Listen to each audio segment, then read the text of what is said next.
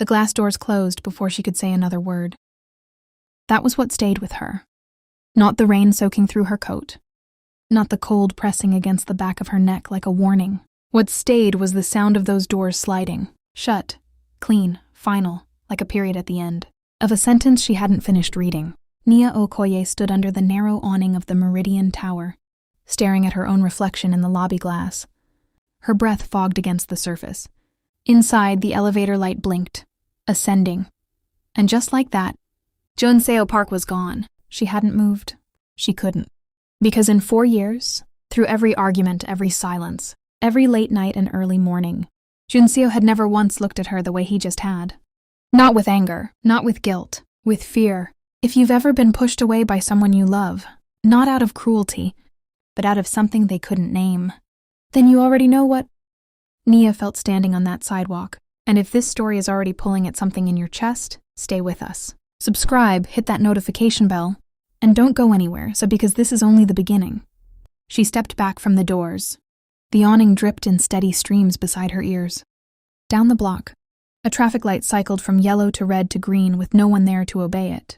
Seattle in late autumn had a particular kind of emptiness, not abandoned, but hollowed, like a city holding its breath. Nia pulled her coat tighter and started walking. She didn't have a direction.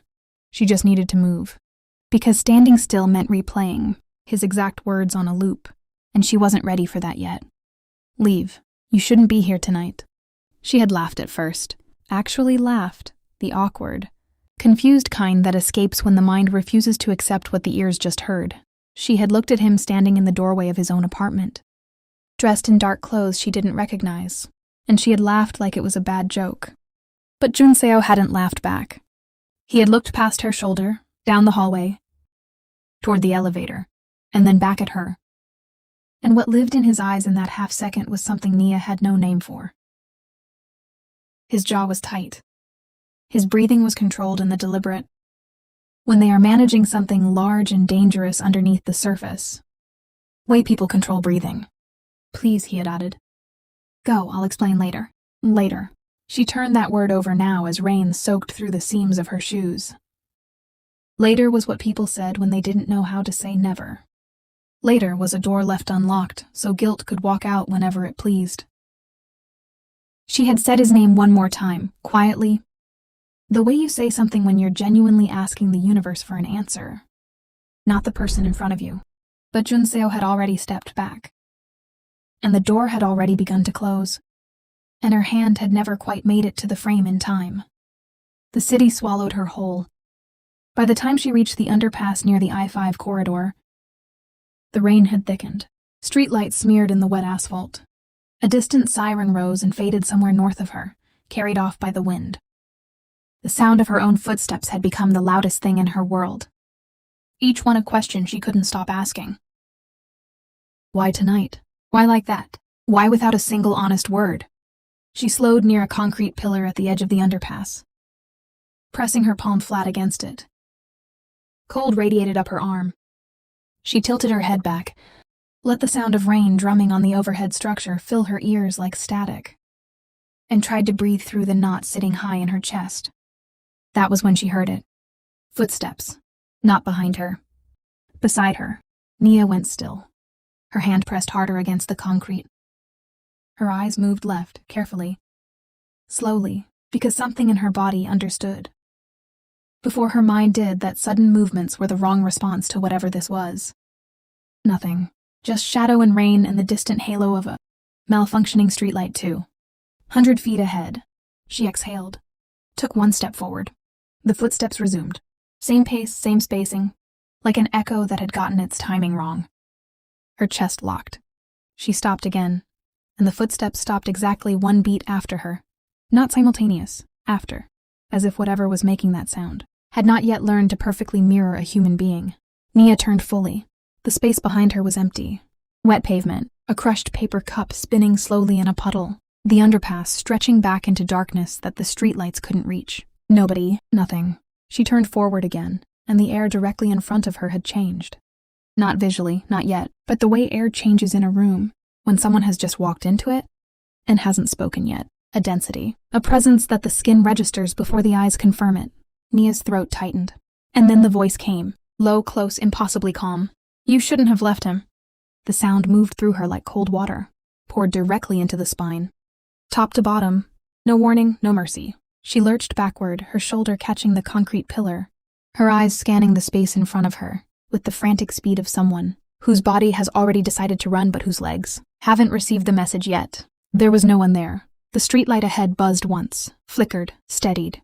Nia pressed both hands flat against the pillar behind her and breathed. 1 breath, 2, and tried to locate herself in logic. She was tired. She was wet. She was in shock from what Junseo had done. The mind plays sounds when the heart is loud enough. She pushed off the pillar and walked faster. The voice came again. You're already late. She stopped walking.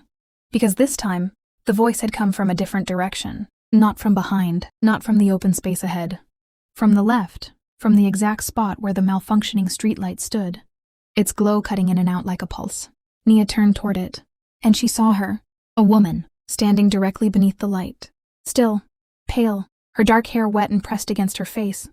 She was dressed simply in a dark coat, dark shoes, and she wasn't shivering despite the cold and the rain that fell in visible sheets around her. The rain fell around her, not on her. Nia's entire body registered that detail before she could stop it. The woman's eyes were open and fixed and looking directly at her. There was no expression on her face that Nia had a clean word for. Not threatening, not sorrowful, not reaching for anything. She simply stood there the way something stands, when it has already accepted everything that was taken from it. Nia's mouth opened. Nothing came out. The woman tilted her head, just slightly, and said, He didn't send you away to hurt you. Her voice carried with unnatural clarity. Through the rain and the underpass noise, and the distance between them, he sent you away to save you. Nia felt the sidewalk shift under her feet. Not physically, but in the way reality shifts. When a piece of information arrives that doesn't fit the shape of anything you believed before it. She steadied herself, swallowed, found her voice somewhere low in her throat. Who are you? The woman didn't answer the question. Instead, she stepped forward, one slow, deliberate step. And as she moved through the cone of flickering light, Nia saw it. A bruise, along the side of the woman's neck, faded to a yellow-brown at the edges, the way bruises look days after the impact. Except something about it was wrong. Not recent wrong, something older, something that had never fully been documented or explained or avenged. You don't have much time, the woman said. Her eyes didn't blink. They're already inside. Nia shook her head, not in disbelief but in overload. Inside where? What are you talking about? Who are you? The woman raised one arm and extended it slowly, pointing back in the direction Nia had walked from.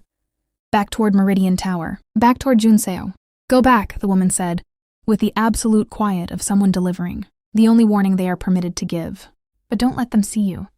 And before the next raindrop could fall between them, the light went out, and the woman was gone. Nia stood alone under the underpass, her pulse hammering so loudly she could feel it in her temples, in her fingertips, in the soles of her waterlogged shoes. She looked at the empty space beneath the dead streetlight for a long moment. Then she looked back toward the direction the woman had pointed, toward the building, toward him.